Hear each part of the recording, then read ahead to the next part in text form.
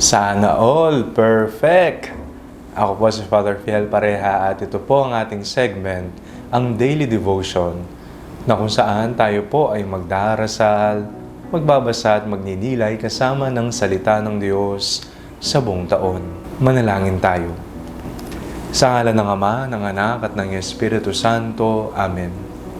Halina, banal na Espiritu, liwanagan mo ang aming puso at isip, nang maunawaan at may sa buhay namin ang iyong salita. Amen. Our Bible passage for today is from the Gospel of St. Matthew chapter 5, verses 43 to 48, and I read it for you. You have heard that it was said, "You shall love your neighbor and hate your enemy." But I say to you, love your enemies and pray for those who persecute you, so that you may be children of your Father in heaven. For he makes his sun rise on the evil and on the good, and sends rain on the righteous and on the unrighteous. For if you love those who love you, what reward do you have? Do not even the tax collectors do the same? And if you greet only your brothers and sisters, what more are you doing than others? Do not even the Gentiles do the same? Be perfect, therefore, as your heavenly Father is perfect. Marami po sa atin ang naiinis sa mga taong tila ba sila ay napaka-perpekto. Walang puwang sa kanilang pagkakamali. Walang puwang sa kanilang puso ang mabigo o kaya naman ay pumalpak. Bilang mga tao, alam natin na tayo ay may limitasyon, tayo ay may kahinaan, tayo rin ay nagkukulang. Kaya kung isinara na natin ang bawat isa at tinuldukan na dapat hindi nagkakamali, teka lang. Isipin muna nating mabuti. Hindi lahat ng tao kagaya natin.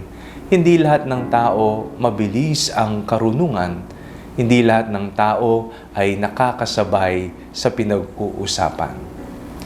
Ngunit ngayong araw na ito, binanggit ng Panginoong Hesukristo ang mga katagang, "Be perfect as your heavenly Father is perfect."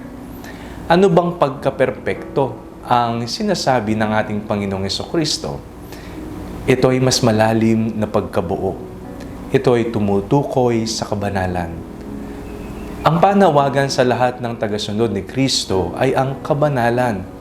Tayong lahat ay narito sa mundo hindi para magpagalingan sa mga accomplishments, sa mga ma-achieve natin sa buhay, hindi para mihan ng yaman, ng pera, ng titulo, ng sasakyan, hindi po ganon.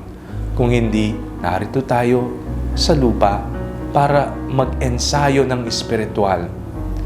Ano ibig sabihin nun? Upang tayo ay maging banal.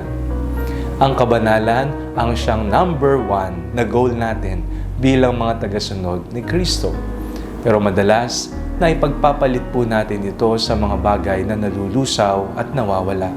Mga bagay na hindi mahalaga, mga bagay na iiwan din natin dito sa mundo. Kaya ngayong araw, pinapaalalahanan tayo ni Jesus, "Anak, maging banal ka kagaya ng Diyos.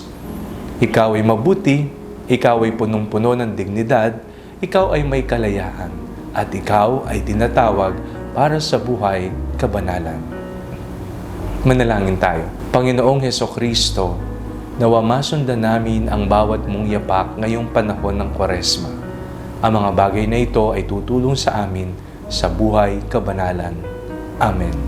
Sa ngalan ng Ama, ng Anak, at ng Espiritu Santo. Amen.